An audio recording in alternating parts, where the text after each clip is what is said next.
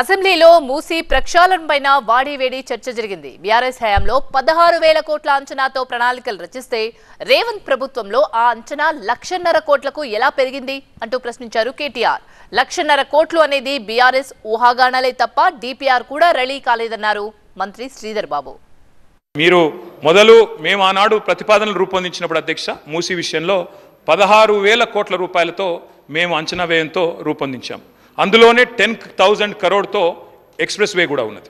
దానిలోనే Sabarmati river front తరహాలో మేము గ్లోబల్ డిజైన్ కాంపిటీషన్స్ కూడా నేను గౌరవనీయులు హైదరాబాద్ ఎంపీ అసదుద్దీన్ ఓవైసీ గారు కూడా కలిసి ఆ గ్లోబల్ డిజైన్ కాంపిటీషన్లో వచ్చిన మొత్తం ప్రపోజల్స్ అన్నీ కూడా వారికి కూడా నేను చూపెట్టాను. మొత్తంగా మా ప్రపోజల్ మొత్తం ఆనాడున్న ప్రభుత్వంలో 16,000 కోట్లతో మేము రూపొందించాం.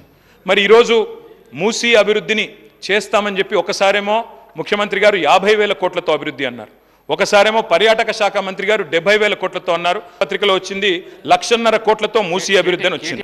ఈరోజు మేము చెప్తా ఉన్నాం, మూసీ నదికి సంబంధించి ముఖ్యమంత్రి గారు ఒక ఆలోచనతో ఒక ప్రణాళిక సిద్ధం చేసుకొని ముందుకు పోవాలని ఆలోచన చేస్తూ ఉన్న సందర్భంలో ఇంకా పూర్తి స్థాయిలో డిపిఆర్ని మేము కంప్లీట్ చేసుకుంటున్న తరుణంలో వారికి వారే 1,50,000 కోట్లని, ఇంకోరు మాట్లాడతారు 2.5 లక్షలని, ఇంకోరు మాట్లాడతారు 3 లక్షల కోట్లని, వారికి వారే ఎందుకు అంచనాలు పెడతా ఉన్నారు అధ్యక్ష. ఈరోజు మేము చెప్తా ఉన్నాం, మా కమిట్మెంట్ కూడా బడ్జెట్ పరంగా కూడా పెట్టిన ప్రస్తావన 1,500 కోట్ల రూపాయలకు సంబంధించి ఒక డిపిఆర్ని ప్రిపేర్ చేసుకొని, మాస్టర్ ప్లాన్ని ప్రిపేర్ చేసుకొని, ఇంటర్నేషనల్ కన్సల్టెంట్స్ను మేము ఎంపిక చేసుకొని ముందుకు వెళ్ళే ప్రయత్నంలో ఉన్నాము.